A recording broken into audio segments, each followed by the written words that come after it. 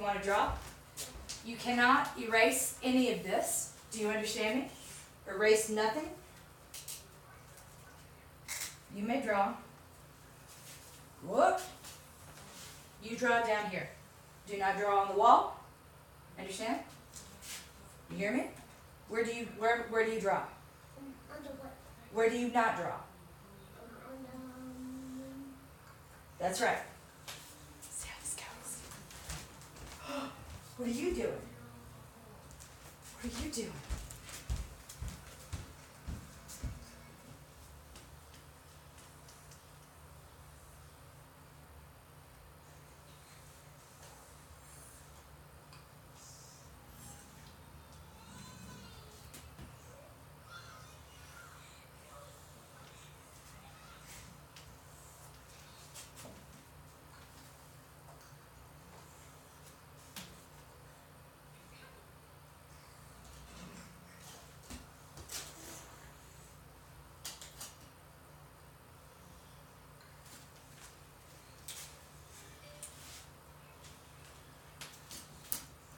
Look, I got my name.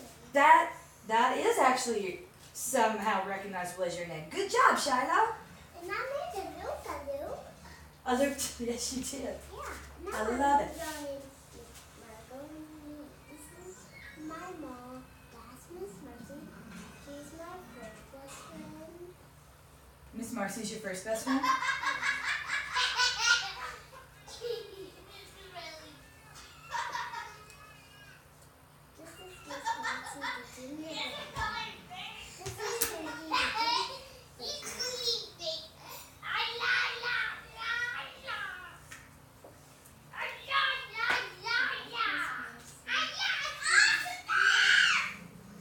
I don't like what I'm hearing, guys. Chill.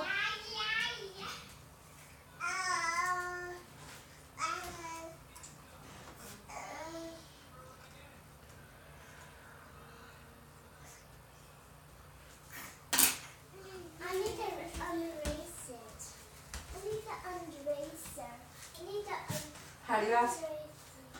Please.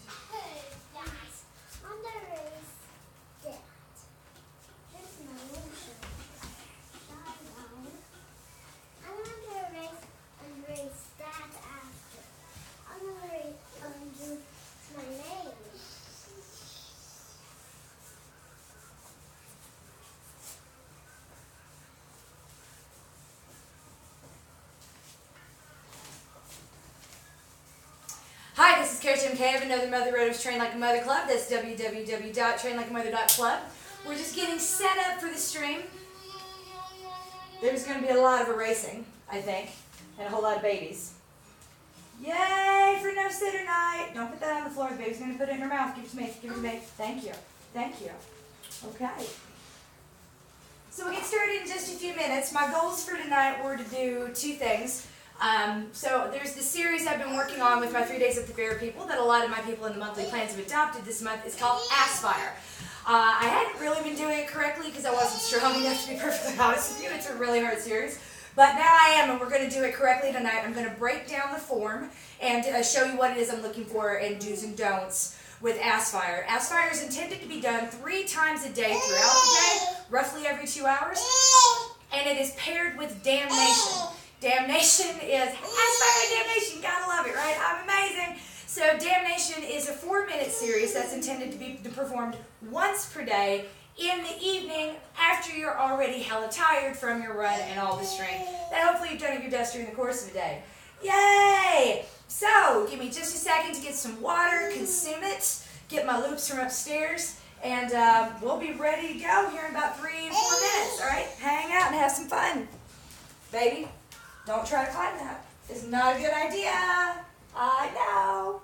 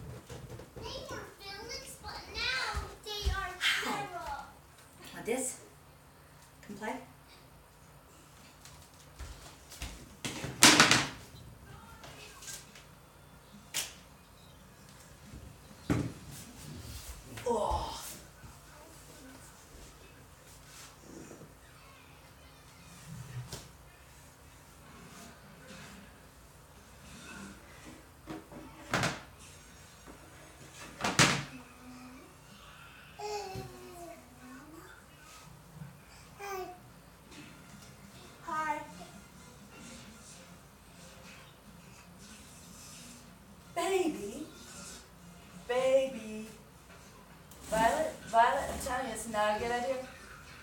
It's not a good idea. Thank you. Thank you. Hi, girl. How are you, sweet girl? She's feeling better, but my other daughter's still cleaning her face with Clorox wipes, so it's bright red, looks and feels sunburned.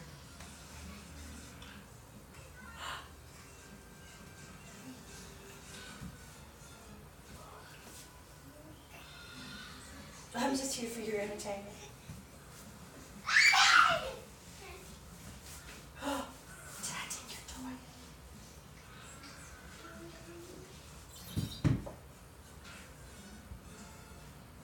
Something tells me that 3-pound weights around the 10-month-old is not going to end well. How are you strong enough to even move that child?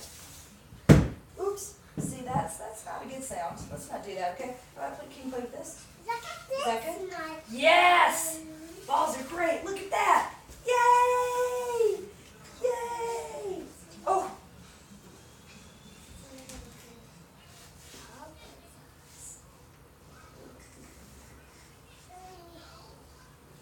What are you drawing now, Shiloh? What? What, baby?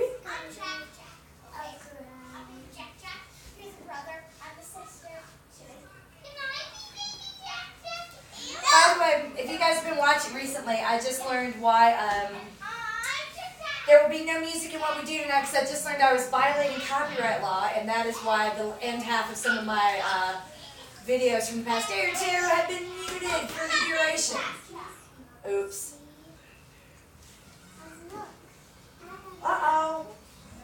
Uh-oh. Okay.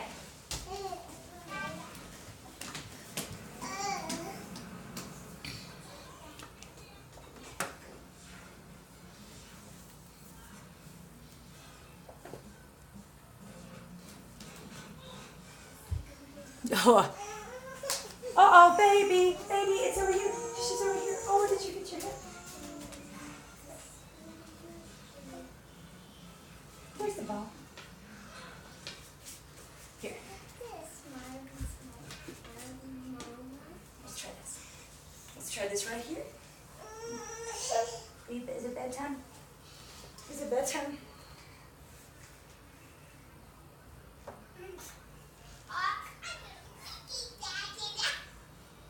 Oh, so, Shiloh, someone said, hi, Coach Shiloh. Can you turn around and say hi to the camera? Are you Coach Shiloh tonight? Yeah? Oh, tomorrow she's Coach Shiloh. Sorry. I stand corrected.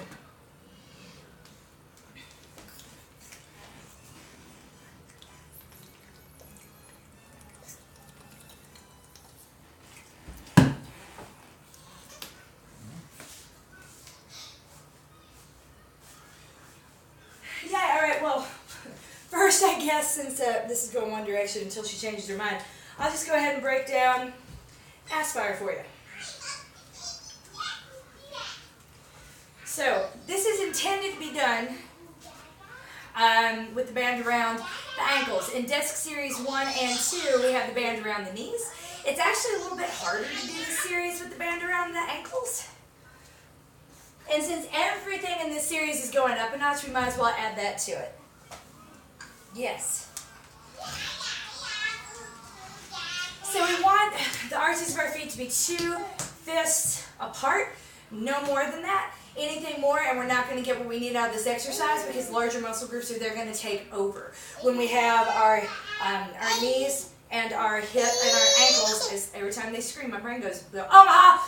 All right, so as long as your feet are directly underneath your hips, you're going to be in the position where you need to be. The next thing you need to notice is you can see what's happening. I ask you guys to pull your big toe up off the ground. Reason being, if you are flat-footed like I am, then as a general rule of thumb, what's going to happen is your ankles kind of dump inwards. When that happens, there's too much pressure here, and there's too much here being the inside of your shins. And so if you've ever heard anyone complain about posterior tibial tendonitis, or I've got shin splints, posterior shin splints, that is caused by having ankles that dump.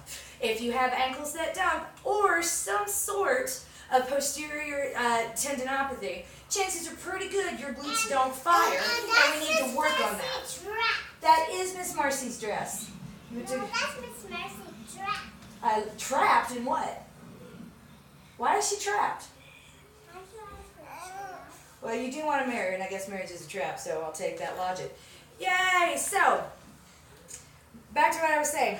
Generally speaking, pull your big toe off the ground and your ankles go where they need to be. If you supinate, if you have really high arches, you need to do the opposite. You need to look down and make sure that you're pressing the ball of your toe into the ground and that your pinky toe can touch the ground. That takes a while. If your feet aren't that mobile yet, give it some time. That's something we want to work towards.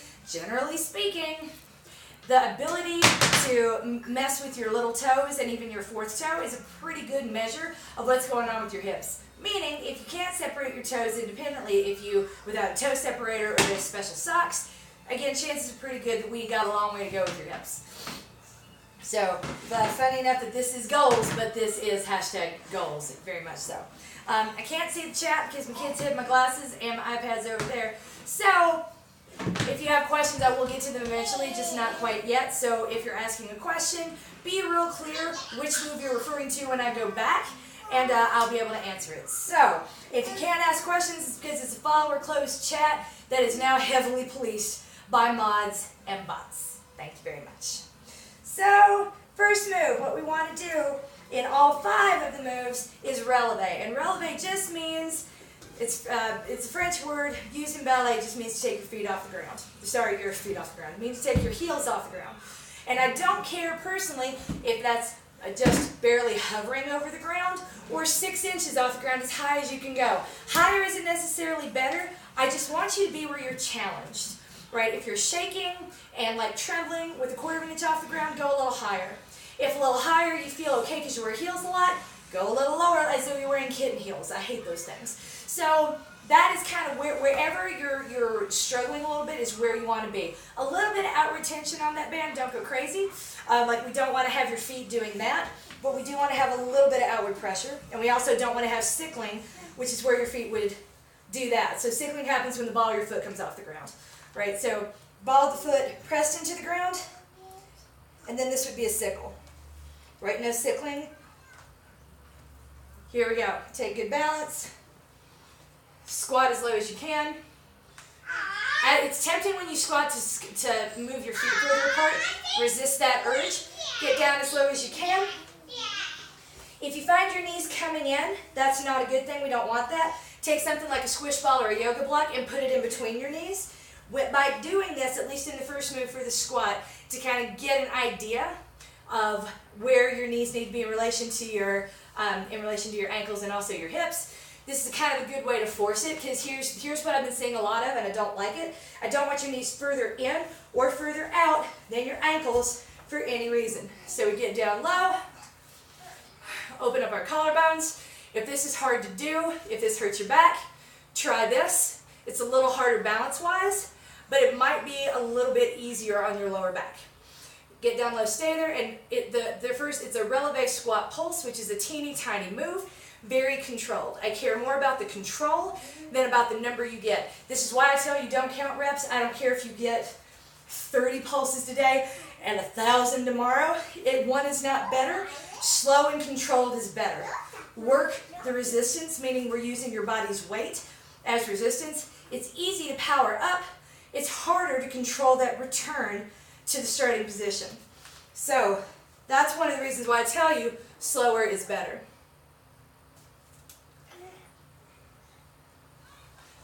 So that's the first move at ASSFIRE, and that's what we're going for. If you find your toes gripping the ground, turn your glutes on. Like turn them into little rocks, and that's going to help. The second move is intended to recruit these muscles here. I call them your armpit muscles, but it's really just behind your armpits. If you had wings, this is where they would originate. So feet in the same position. Again, you can go full Beyonce if you need to, just to get your balance. Yes, you can have that ball. Arms out to the side. And we're doing teeny tiny circles along with the pulses. And see, these pulses are small, and so are the circles. Controlled is always better. Small ones are sweeter. They're also way harder. So we're going to do that for a minute. Yay!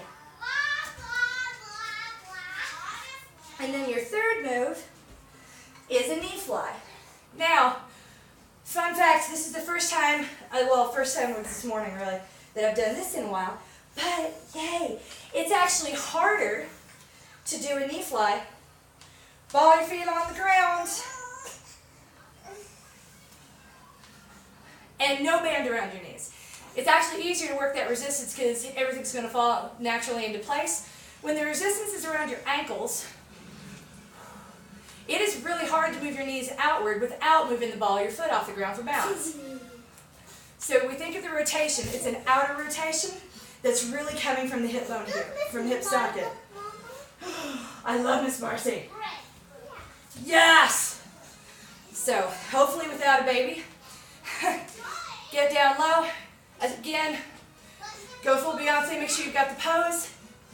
Mom, you said when it was done we were going to go upstairs and watch Wreck-It. I said when that is done and I'm finished working, we'll go upstairs and watch Wreck-It Ralph. Any more whining, we won't do anything. You guys are testing my patience tonight. It's already over. Turn on Wreck-It Ralph down here, and when I finish with work, we'll go upstairs to finish it. If this is really a problem, I can solve it by sending everyone to bed. Here, I'm going to watch Wreck-It Ralph upstairs, so I'm going to make it. So find something to do until I finish, and the more you interrupt me, the longer it's going to take. Your three choices. Play with toys. This is going to be... No, baby. Well, this is what you did to Cheyenne yesterday, remember, and she got really sad? So think about that. Don't draw on your hand or you're going back in the bath. Thank you. Play with toys or do nothing and go to bed.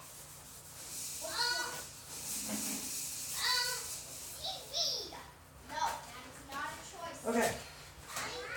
Sorry for that. All right, so heels off the ground, squat down low. Move one is pulses. Move number two is pulse with the circle, making sure that you're trying to draw your shoulder blades together so that this engages. Number three is that knee fly. And again, this is not like a huge move. It's a small, controlled move that's going to be wildly more difficult, but that bound around your ankles instead of around your knees. Any more interruptions we done, you're going to have to hang out. If this is that bad, go upstairs, get in my bed, and wait for me.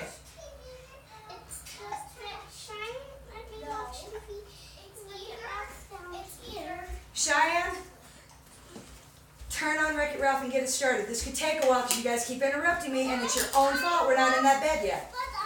I plan to be done by now. What you...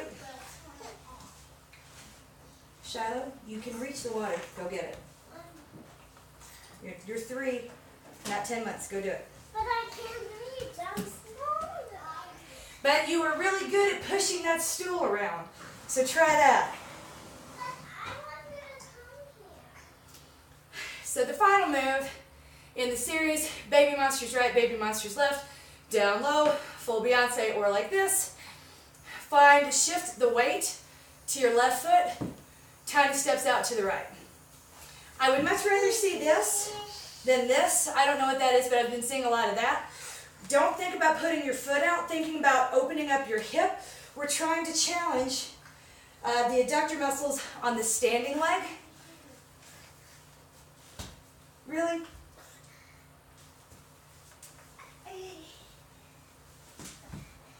We're trying to challenge the adductor muscles on the standing leg, and that is easiest achieved by thinking real hard about taking kind of steps this way. Then we do that for a minute, switch legs, 1 minute over here. Why'd you take that off and play with my tool? That's me. Yeah, you ready? That's yours now?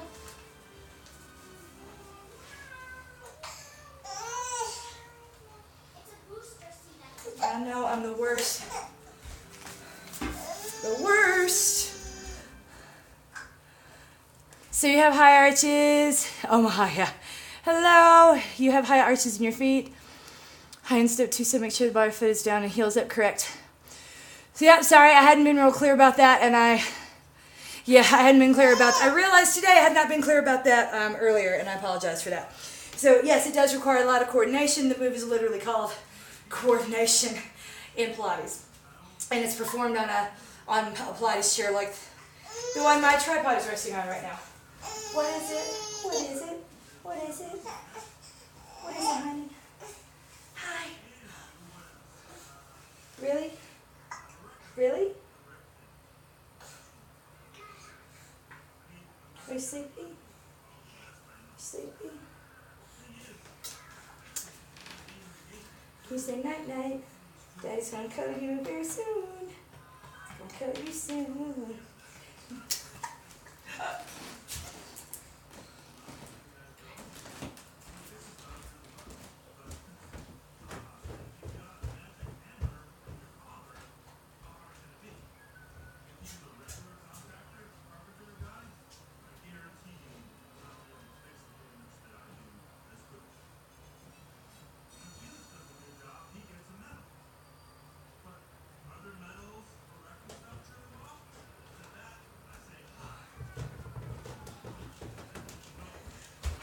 So,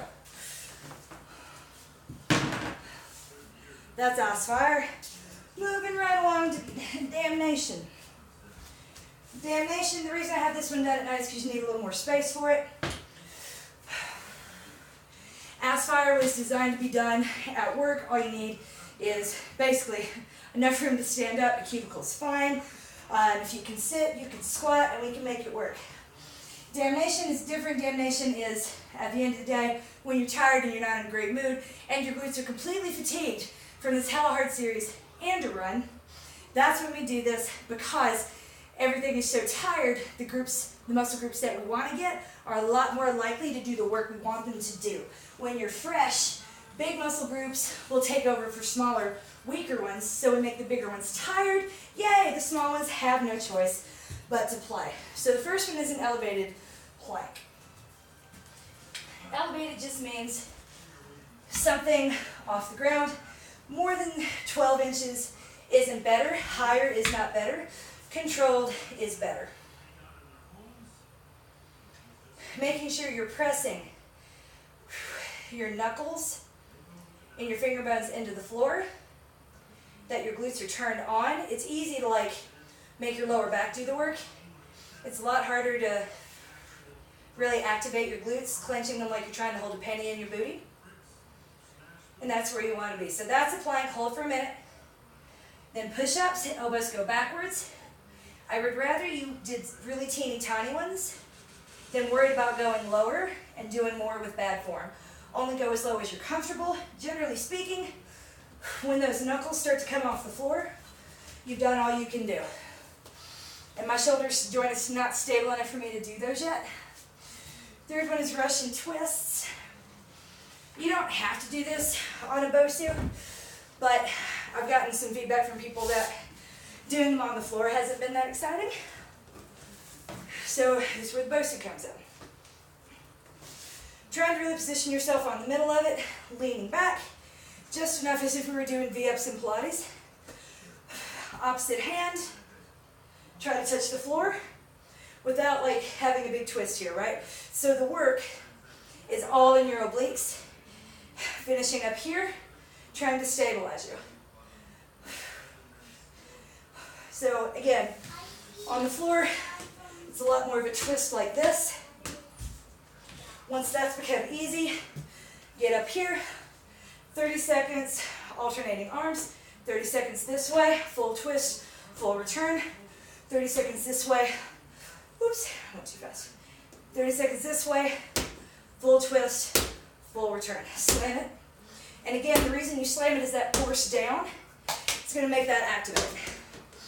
Don't do that too soon, don't get too eager with the slam and knock yourself over, but that, generally speaking, is what we're going for. And then the final one, whew, this is hard, I forget.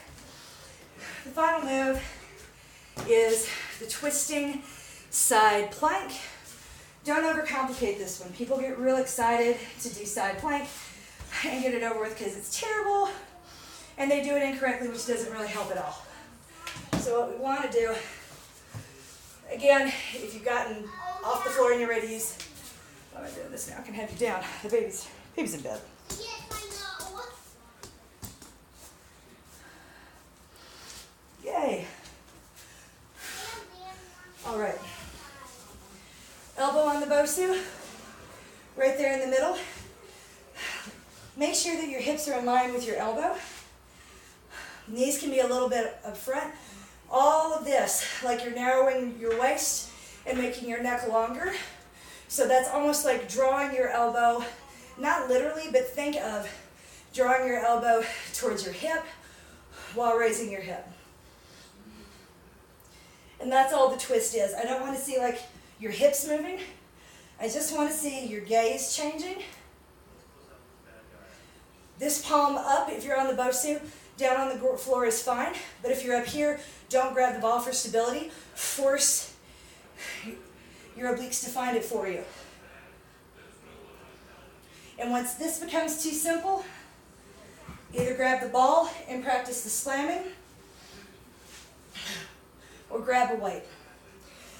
Anything over 5 pounds, you're going to be recruiting your trap on this side and your neck muscles. And you probably, if you're a lady, you probably don't want that. If you're a dude, go for it. It's still not right though, and you're going to hurt your neck. Make sure that arm is straight up and down. Reason being, we're trying to recruit, again, that same muscle I was talking about when we did the arm circles. If you had wings, that's where they would originate.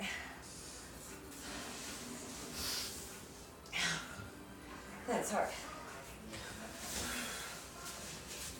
When we look at the back side of that, the reason I do this with my shirt off is so you can see which muscles are activating and which ones I'm thinking about.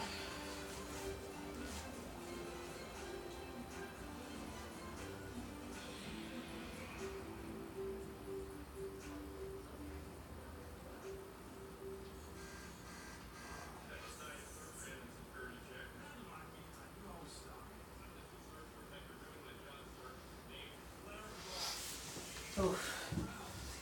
And that is damnation.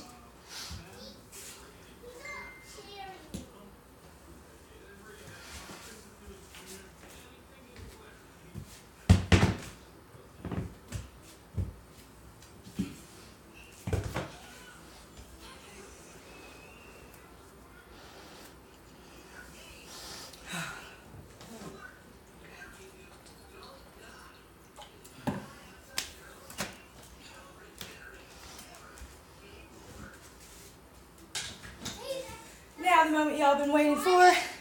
Yay, get your foam rollers. Oh, let's get mobile.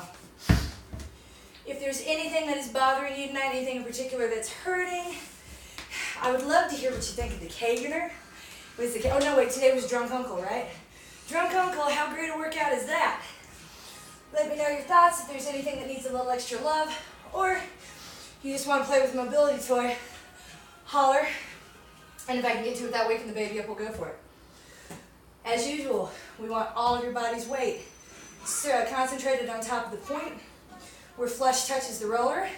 The way to do it best as we go over your calves is to make sure that your elbows are in between, your knees are in between your elbows the whole duration.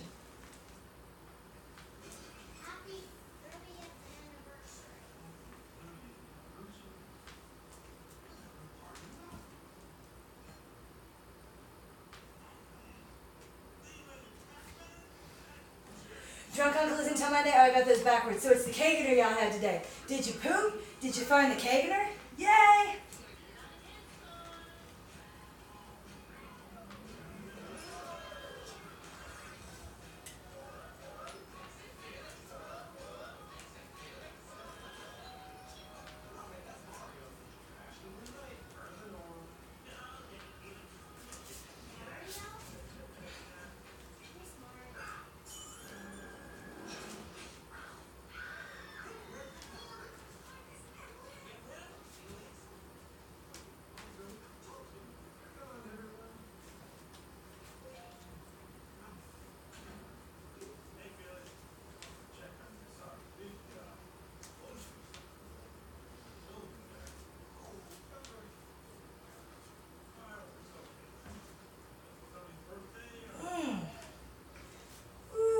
I hate that move the most, but it's amazing.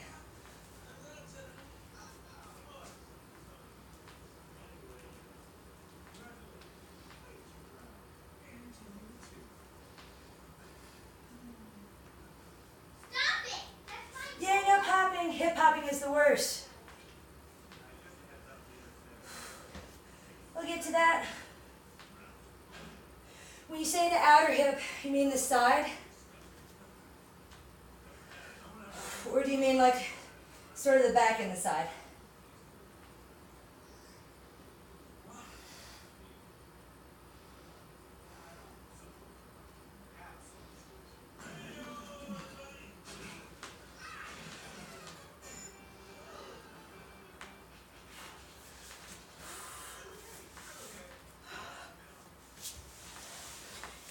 RJ? RJ? Who is it? Who it is? Mommy. Can you come help me for a second? Please? Okay. Back inside. Okay, we'll get there. Can I ask you to sit right here, please? While I roll? Okay.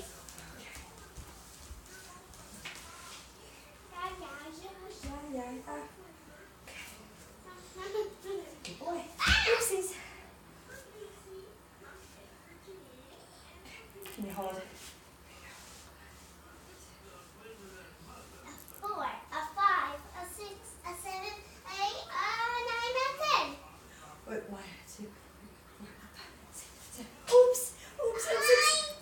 9, 10. I got you. Can you help me do the other leg? No thanks. No thanks, please. No thanks. Please, just sit right here. It'll be right over in just a second. Okay. Thank you, buddy. 1, 2, 3, 4, 5, 6, 7, 8, 9, 10. 1, 2, 3, 4, 5, 6, 7, 8, 9, 10. I need to go. Okay, go. Thank you, buddy.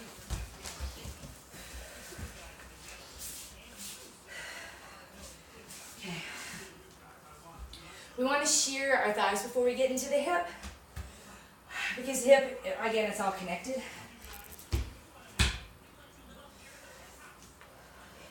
Get right there, just on the inside of your IT band.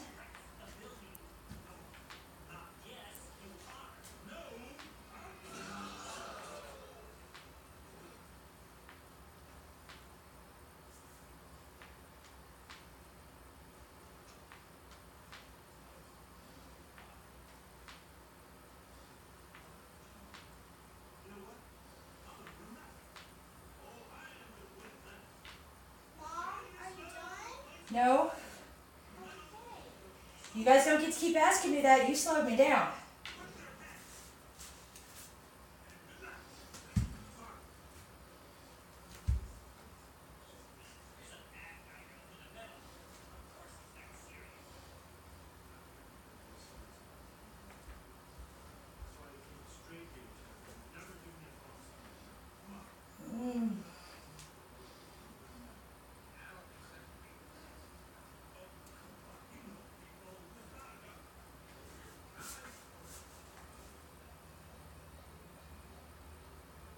Would you watch my platypus while I get some seaweed? Can you reach it? I'm gonna use the stool. Use the stool, bring it to me, I'll help you open it. Alright, so Phyllis, before we do the front, because there's not a whole lot we can do the front other than dig in there with a lacrosse ball. It's just really hard to get comfortably because of the positioning of the muscle versus the bone on the front side of a rower. So, start by getting dead on the side, same as you would if we were trying to do either leg lifts or sideline plank. Hi.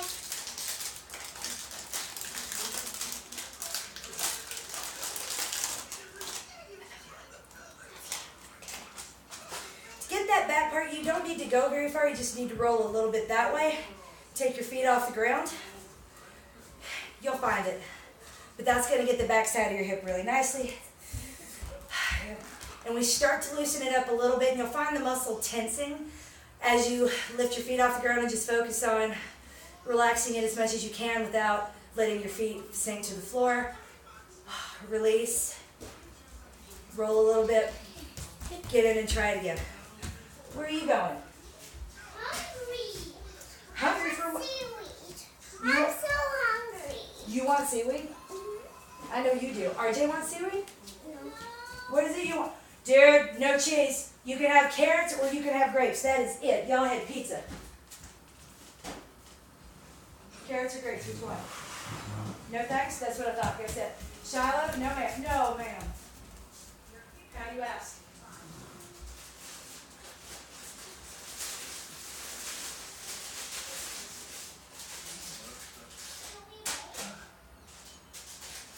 Eat at the table, not on the couch, because Shiloh is very messy, and I love Shiloh's mess, but I just don't feel like cleaning it up tonight because it's late. Got it? Where do you eat these? Go eat them on the table. That's right, smart girl. Go.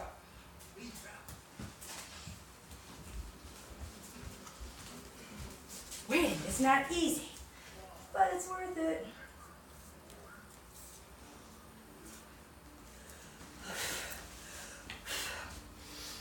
First of all, I'm reading the longer question. When you calculate your 10K pace, this is the rule I like to remember. You guys have probably heard it before.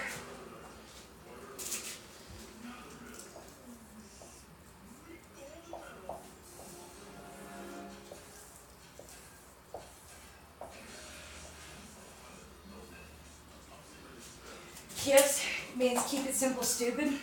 Something real nice people used to say on the trading floor all the time. But when it comes to the KISS rule, you don't want to, more thinking isn't necessarily going to get you to a better answer. We are not so fit that those fractions of a second are going to matter a whole lot. It matters enough that we need to think about it, but truly ballpark is fine.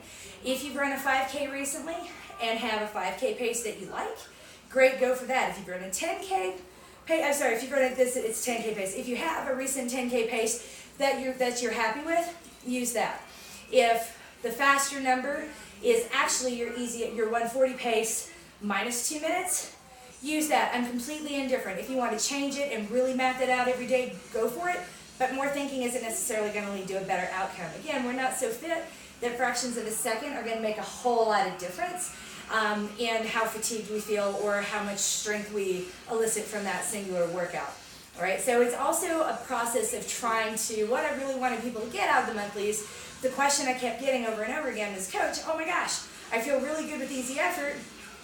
Now I need to know what race pace feels like. And I'm like, for what distance? And everyone says race pace. And I'm like, yeah, what distance? And they're like, race pace. And I'm like, God, how have we been working together for almost a year? And you still don't have the idea of paces. So that was when I was like, all right, we're going to spend a lot of time finding 5K pace over and over and over.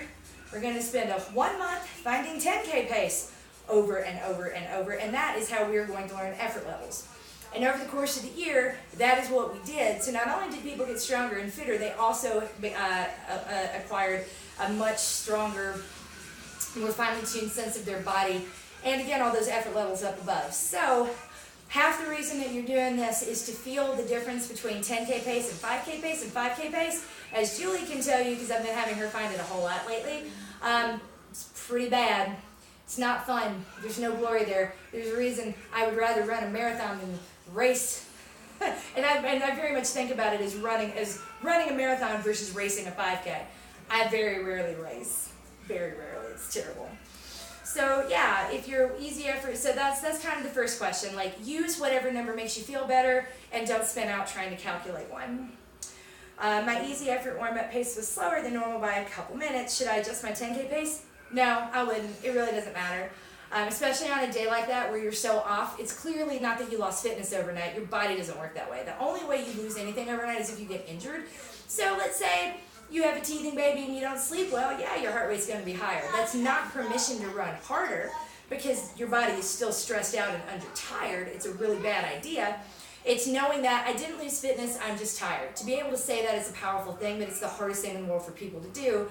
There's so much ego and identity as humans and as runners and as athletes that's tied to the wrong pace, quite frankly. You meet someone that went to the trials, they don't talk about what their training pace is ever. They talk about the pace on the day they made it to the trials, on their best day. Their best day ever becomes who they are. And I kind of wish that more hobby joggers like us thought that way, right? Because you can demand awesome things from your body without taking risks or breaking it or feeling bad about yourself on a regular basis. I choose not to feel bad about myself ever at all. But if all you're thinking about is like, I am X pace, I'm a slow runner, I'm a fast runner, I'm a 9-minute miler, I'm an 8-minute miler, it makes it really hard to progress, because then that idea of who you are becomes fixed, and you're not training me to get you to somewhere else, you're challenging me to fix something you don't think can actually be fixed. And it's really, really hard to do a job when someone walks in on day one and says, you can't do it!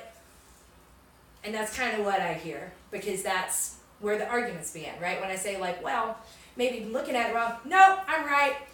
And if you've heard in the podcast, it comes in that phrase I use a lot, do you want to be right, or do you want to be better? I can get you to better, but there's no guarantee I can get you to better once you've proven yourself right in some sort of throwdown. So that's neither here nor there, but that's the long way of, if more math makes you feel really comfortable, great. Get up 20 minutes early and really, really math out that 10K pace every single day. But frankly, I'd rather get 20 minutes extra sleep. I think you're just fine kind of winging it. Go with like whatever your best day was. If that 10K was under perfect conditions back in September and you haven't taken a break for injury or illness or for an extended period of time, then guess what? That is still who you are. That person is still in there. And maybe, yeah, you couldn't knock that exact pace out today, but you can go chase it for a little while in the cake or workout.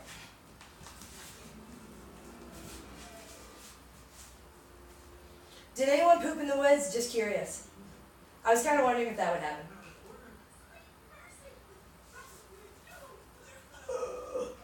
Okay.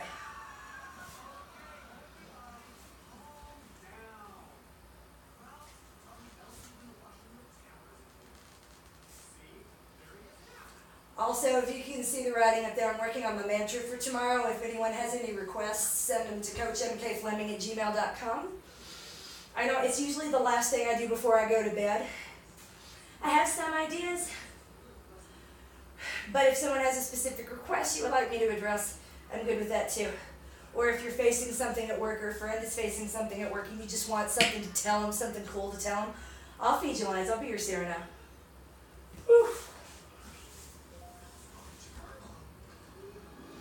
You're on the mess of the bathroom is closed. Winning at life. I love it. That means he's going cuckoo and not thinking of what he should be doing right now.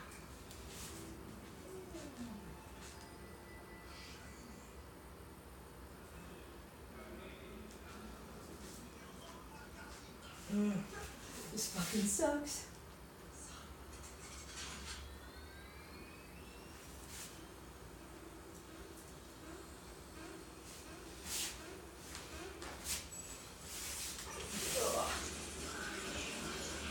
Nice.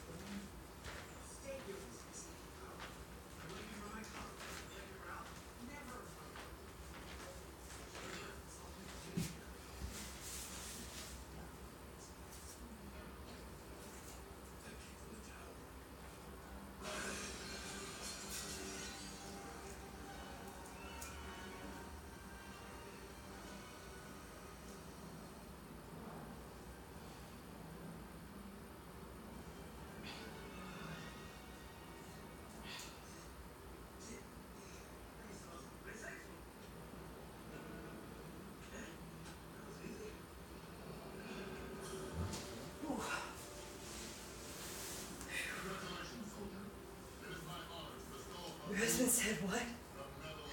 Oh my God.